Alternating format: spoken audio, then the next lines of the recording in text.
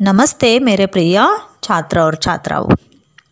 आज हम हिंदी व्याकरण में काल और काल के भेद देखने वाले हैं।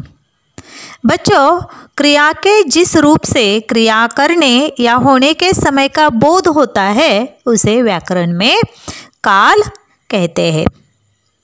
काल के 3 भेद होते हैं। बच्चों, काल के कितने भेद होते हैं? 3 भेद होते हैं। मुख्य रूप से 3 भेद है। वह 3 भेद देखो कौन कौन से हैं? वर्तमान काल, भूतकाल और भविष्य काल। तो यही काल के भेद आज हम देखने वाले हैं। सबसे पहले देखते हैं वर्तमान काल। देखो वाक्य, मैं रोज सुबह घूमने जाता हूँ। माताजी बाजार जा रही है। और तीसरा वाक्य है, आशीष कक्षा में प्रथम आता है। इन तीनों वाक्यों में देखो, जाता हूँ, जा रही है और आता है, इन क्रियाओं से हमें काम अभी अभी होने या करने का बोध होता है।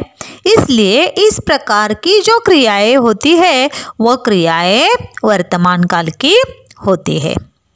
तो बच्चों, वर्तमान काल की व्याख्या क्या बनेगी?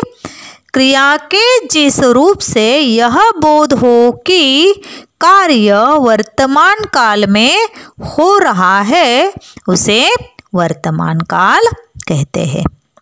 समझे आप? वर्तमान काल की व्याख्या किस प्रकार बनती है? क्रिया के जिस रूप से यह बोध हो कि क्रिया या कार्य वर्तमान काल में हो रहा है उसे वर्तमान काल कहते हैं। बच्चों, इस वर्तमान काल के 3 भेद है, उसे उपभेद कहते हैं। वर्तमान काल के 3 भेद हमें अब देखने हैं। वर्तमान काल के 3 उपभेद। पहला है सामान्य वर्तमान काल, उसे प्रेजेंट इंडिफिनिट टेंस ऐसे कहते हैं। तो इस काल के वाक्य देखो, वह दूध पीता है। मैं स्कूल जाता हूँ। वह दूध पीता है, मैं स्कूल जाता हूँ। अब देखो, इन वाक्यों में पीता है और जाता हूँ, ये 2 क्रियाओं से कार्य के वर्तमान काल में सामान्य रूप से होने का बोध होता है। क्रिया अभी अभी शुरू हुई है, इसका हमें बोध होता है। इस प्रकार की क्रियाओं को सामान्य वर्तमान काल की क्रियाएं कहते हैं। तो इन क्रियाओं में क्या होता है? ता। सामान्य वर्तमान के काल की क्रिया जब होती है तब क्या होता है? सामान्य वर्तमान काल की मुख्य क्रिया के अंत में ता, ते, ती का प्रयोग करके हूँ, है और हो कर्ता के स्वरूप के अनुसार जोड़े जाते हैं। तो बच्चों, यह बात ध्यान में रखनी बात आवश्यक बात है। विशेष इस बात पर ध्यान देना है कि क्रिया के साथ क्या आना चाहिए? ता, ती, ते। यह कैसे होगा? क्रिया के लिंग, वचन और पुरुष के अनुसार वो बदलेगा। जैसे क्रिया यदि कर्ता पुल्लिंगी हो तो पीता है होगा। कर्ता यदि स्त्रीलिंगी है तो पीती है होगा। कर्ता अगर वे है तो पीते हैं होंगे, और कर्ता अगर वह है तो पीता है होगा। इस तरह कर्ता के लिंग, वचन और पुरुष के अनुसार क्रिया को ता, ती, ते के प्रत्यय लगते हैं। तो यह बात आपको अच्छी तरह ध्यान में आई होगी। तो क्रिया के जिस रूप से वर्तमान काल में उसका करना या होना पाया जाता है उसे सामान्य वर्तमान काल कहते हैं।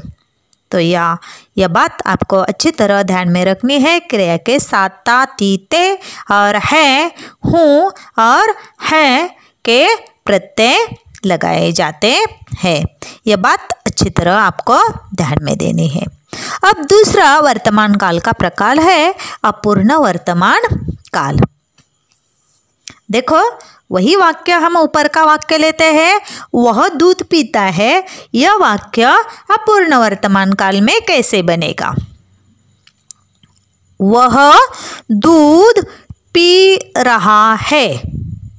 वह दूध पी रहा है। दूसरा वाक्य हमने लिया था, मैं स्कूल जाता हूँ। यही वाक्य सामान्य वर्तमान काल में, अपूर्ण वर्तमान काल में इस प्रकार होगा, मैं स्कूल जा रहा हूँ। मैं स्कूल जा रहा हूँ। देखो, अब इस अपूर्ण वर्तमान काल में क्या बात आपको ध्यान में आती है? क्रिया के आगे क्या क्या लगा है वो देखना है। क्रिया में बदल होता है। काल जब बदलता है तो कहाँ बदल होता है? क्रिया में बदल होता है। वह दूध पी रहा है। वाक्य कैसा बना?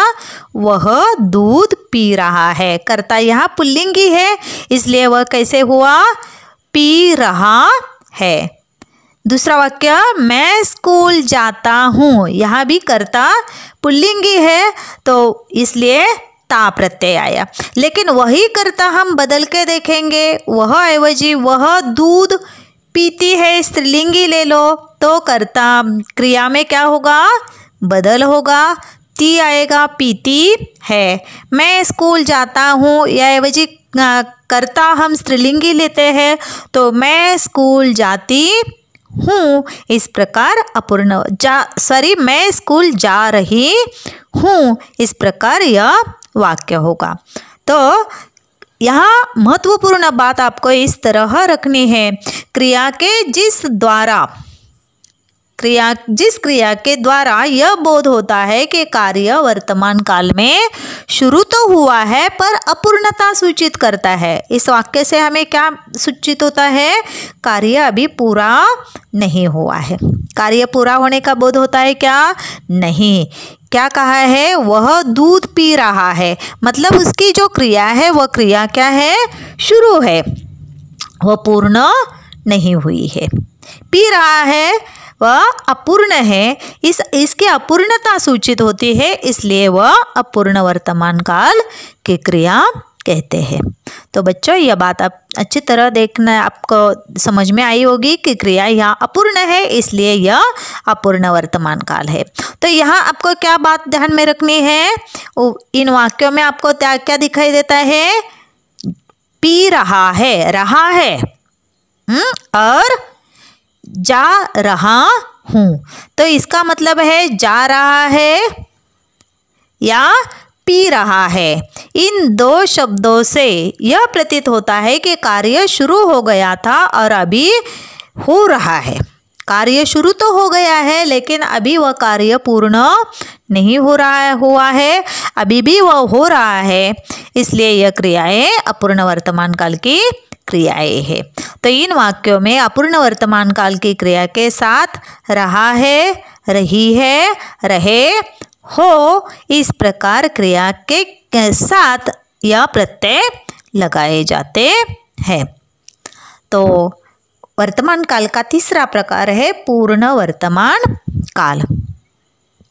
देखो, ऊपर का ही वाक्य हम लेते हैं, वह दूध पीता है, सामान्य वर्तमान काल का।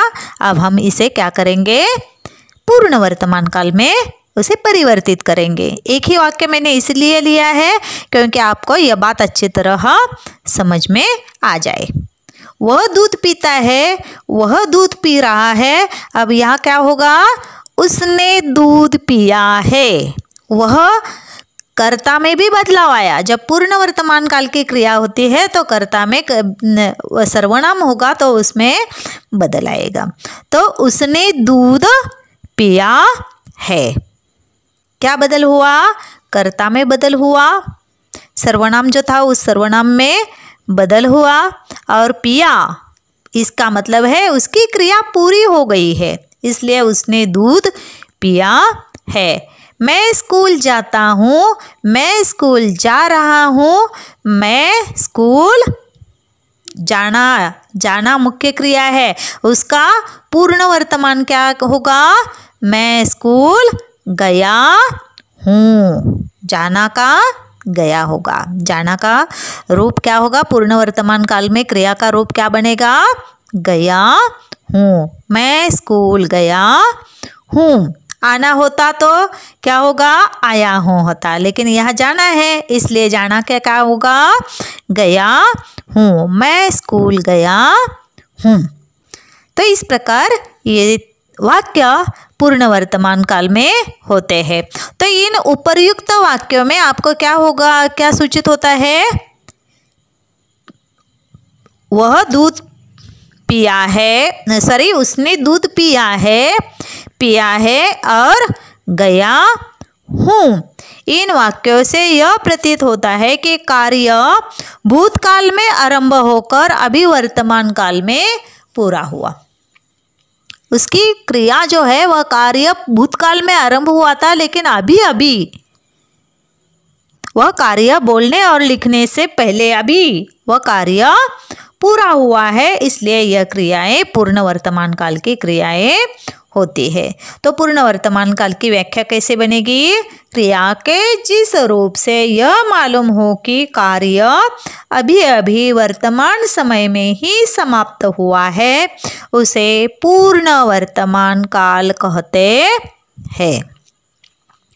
तो बच्चों, आज हम यहीं पर रुकते हैं। वर्तमान काल और वर्तमान काल के भेद हमने अब देखे हैं। अगली वीडियो में हम भूतकाल और भूतकाल के भेद देखेंगे। तब तक के लिए धन्यवाद बच्चों।